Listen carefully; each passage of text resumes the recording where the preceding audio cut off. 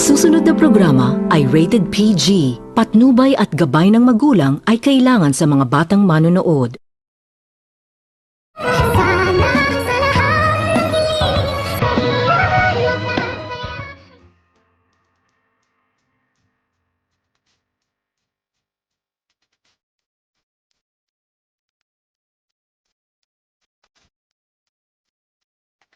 Gulat na gulat itong si Justin pagkatapos nitong magtungo ni Justin sa room ng kanyang lulo at dito nang pagkabukas nito ni Justin sa pintuan ng room ng kanyang lulo ay naririnig nito ni Justin na mayroong tao na pumasok sa room ng kanyang lulo kung kaya't dahan-dahan naman din nitong itinulak ni Justin ang pintuan upang makita nito ni Justin kung sino umanong tao na pumasok sa kanyang lulo at dito gulat na gulat itong si Justin ang kanyang makita na ang kanya pala umanong daddy na itong si Eric ang bumisita sa kanyang lulo at tawagin na sana nito ni Justin ngunit biglang nagsalita itong si Don Pipi at sinabihan nito ni Don Pipi itong si Eric kung paano umano ito nakalabas sa kulungan. Kaya hindi naman din ito makapaniwala itong si Justin sa katotohanan na kanyang nalalaman na galing pala umano sa kulungan ang kanyang daddy.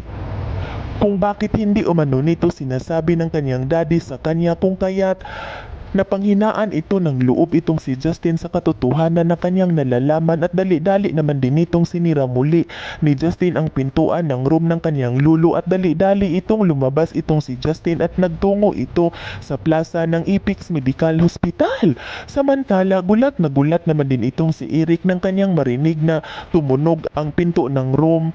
ni Don Pipi kung kaya't bigla itong napalingon itong si Eric at hindi ito nakampante ay dali-dali naman din itong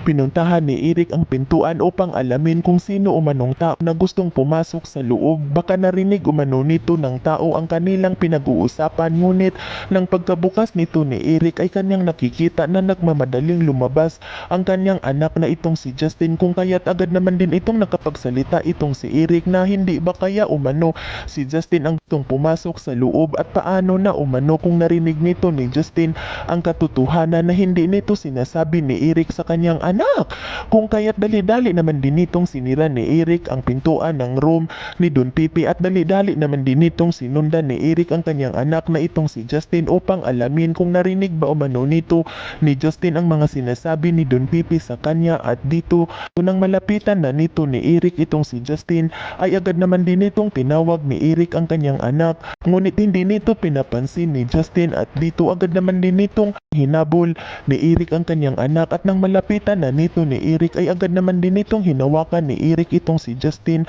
at agad nitong tinanong ni Eric itong si Justin kung narinig ba umano nito ni Justin ang kanilang pinag-uusapan ni Don Pipi. Kung kaya't agad naman din itong nagsalita itong si Justin at sinabihan nito ni Justin ang kanyang daddy kung bakit hindi umano nito nasabi ng kanyang daddy sa kanya na galing pala umano ito sa kulungan